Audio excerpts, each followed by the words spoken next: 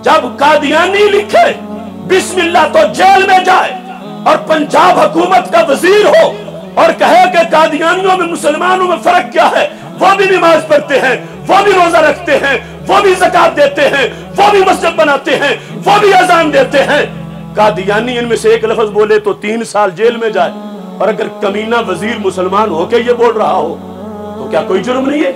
اگر آئین پاکستان اور آئین کشمیر دیکھا جائے تو رانا ثنا آئین کا غدار ہے، اور آئین کے غدار کی سزا موت ہے، اور ختم نبوت کا باغی ہے۔ پتہ نہیں لوگوں کے حواس بدبودار ہو گئے، انہیں اس کی مونچھوں سے بوئی نہیں آ رہی، اس کے سامنے جھولی پھیلا کے بیٹھ جاتے ہیں بھیک مانگنے کے لیے۔ اس سے ڈوب کے مر جانا اچھا تھا۔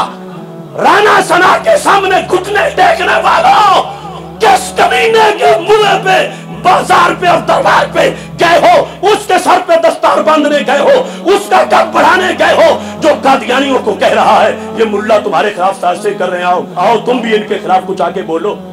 اور کوئی بندہ نہیں بچا تھا زمانے میں، ایسی دھاندلی نہیں ہونے دیں گے، ایسے فراڈ نہیں چلیں گے۔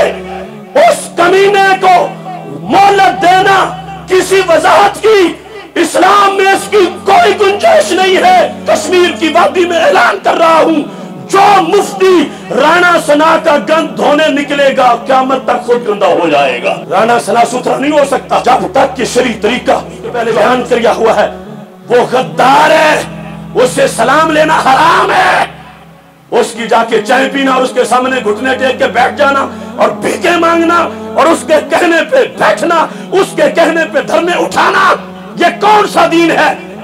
ایسے غدار ختم نبوت پر تھوکنا بھی برداشت نہیں ہے، اس کو تو جوتے مارنے چاہیے۔ کیا وہ دے سکتا ہے؟ کیا اس کا نظام ہو سکتا ہے؟ کیا اس کا وعدہ ہو سکتا ہے؟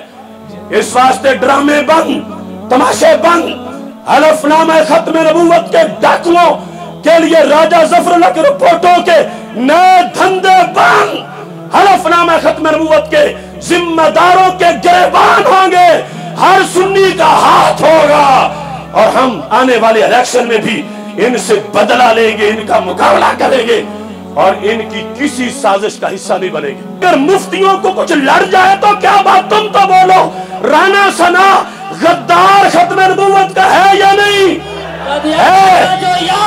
غدار ہے، غدار ہے۔ نظام مصطفیٰ چلے گا۔